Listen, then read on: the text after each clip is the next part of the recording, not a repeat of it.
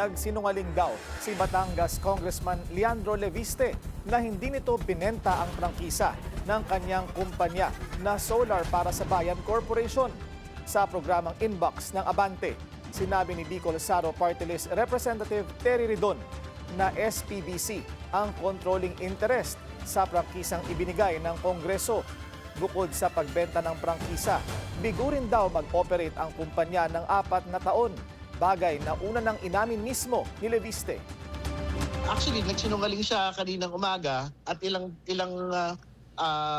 mga bahagi na po ng interviews na sinasabi niya na never daw po niyang binenta yung prangkisa. Actually, hindi yun totoo kasi originally, yung Solar para sa Bayan, siya yung merong controlling interest nung Solar para sa Bayan franchise po na yan. Pero ang nangyari, binenta po niya yan to another person.